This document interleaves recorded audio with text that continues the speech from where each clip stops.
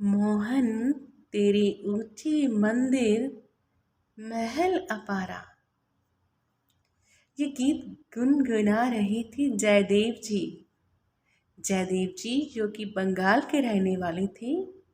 माता वामदेवी, पिता भोजदेव और पत्नी पद्मावती। जब छोटी अवस्था में थे तो माता जी श्री कृष्ण मंदिर में लेकर जाया करती थी। युवा अवस्था तक आते आते भगवान की भक्ति में इतना प्रेम मगन हो गए कि इन्होंने गीत गोविंदा नामक ग्रंथ ही रच डाला। ग्रंथ रचते टाइम ये एक पंक्ति में अटक गए।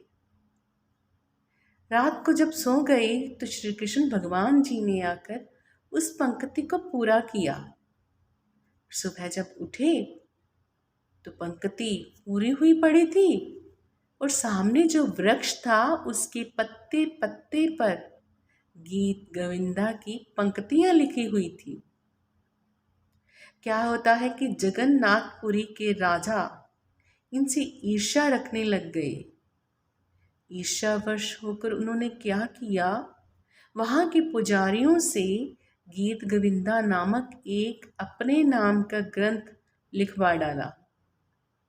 लेकिन पुजारी इनकी भक्ति को अच्छी तरह से जानते थे। जयदेव जी का प्रताप चारों तरफ फैला हुआ था।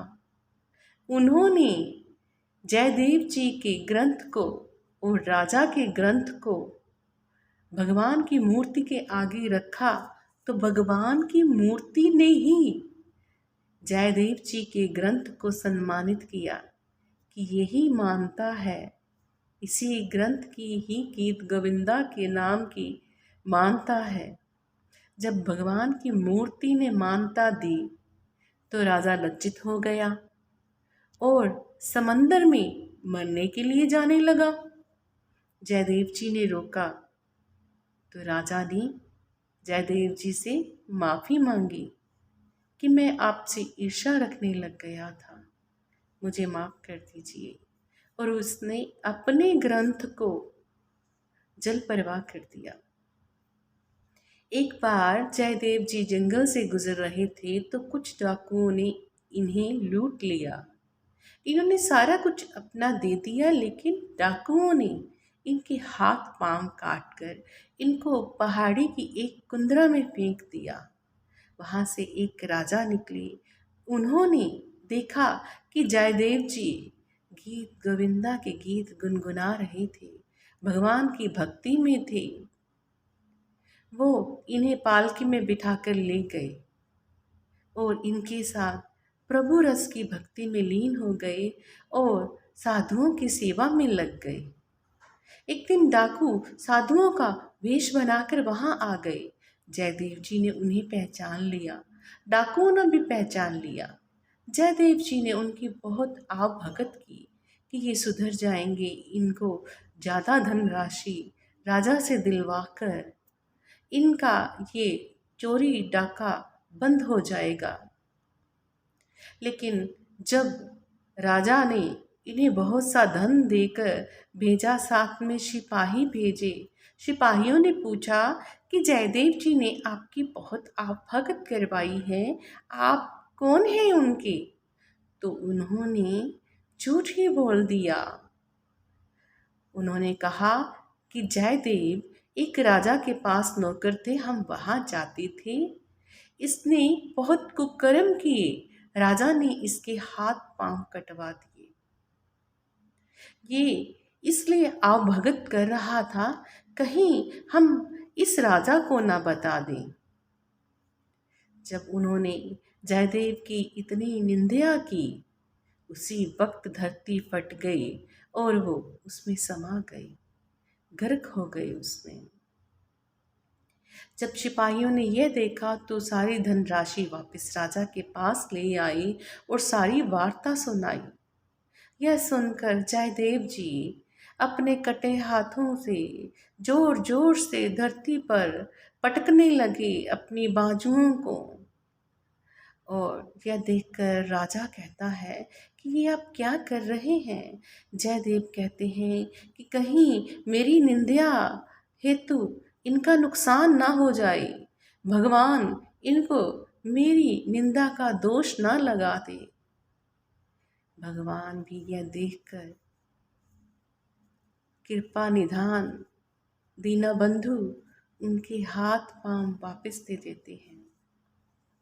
ये सारा नज़ारा वो राजा देख रहा होता है और सारी प्रजा देख रही होती है। जयदेव जी की उपमा सभी करना शुरू कर देते हैं। इनकी पत्नी को भी यहीं बुला लिया जाता है। एक दिन क्या होता है, राजा के भाई की मृत्यु हो जाती है। उनकी पत्नियां उन्हीं के साथ सती हो जाती है।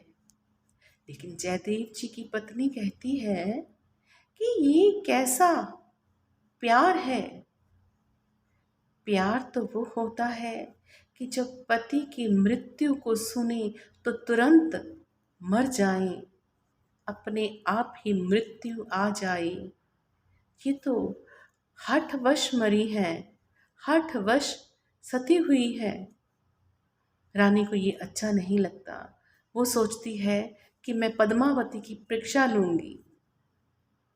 वो एक दिन कहती है कि जयदेव जी की मृत्यु हो गई, वो स्वर्गवास सिधार गई।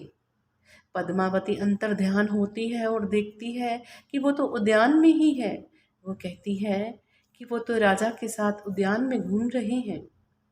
लेकिन रानी बार बार लज्जित होने के बावजूद भी उनकी परीक्षा लेती है। यह देखकर पद्मावती एक दिन मर जाती है। राजा को जब ये बात पता चलती है तो बहुत लज्जित होता है और जयदेव जी कहते हैं कि आप क्यों लज्जित हो रहे हो, आना जाना तो भगवान के हाथ में है। और वो प्रभु के गुणगान करना शुरू कर देते हैं।